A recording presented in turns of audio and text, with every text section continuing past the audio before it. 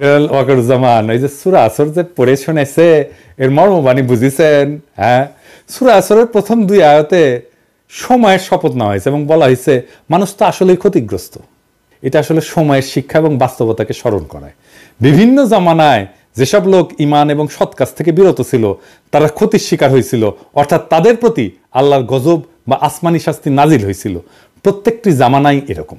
প্রথম 2 আয়াত সতর্কতামূলক। তৃতীয় আয়াতে ঈমান, সৎ কাজ, পারস্পরিক সত্যের উপদেশ দান, ধৈর্যের কথা বলা হয়েছে। যারা ঈমানদার এবং শুধু নিজেই পালন করে তাই না, নিজ প্রভাব বলয়ের মধ্যে অন্যকে সত্য দিন এবং ধৈর্য ধারণের উপদেশ দেয়। আল্লাহকে ভয় করে সব ধরনের পাপ থেকে বিরত থাকে। সূরা আসর পড়লে বুঝবেন যে এদেশবাসী, জনগণ, মানুষ আজ ভীষণভাবে ক্ষতিগ্রস্ত।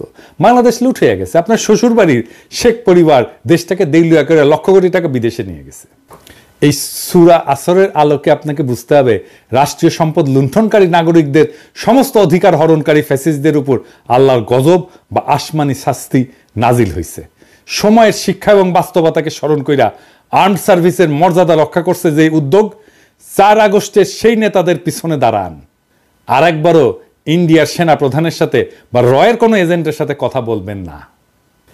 ঈমান, সৎ কাজ, পারস্পরিক সত্যের উপর সশস্ত্র বাহিনীকে ঐক্যবদ্ধ এবং পুনর্গঠিত করতে হলে 4 আগস্টের উদ্যোক্তাদের সাহায্য এবং সহযোগিতা লাগবে।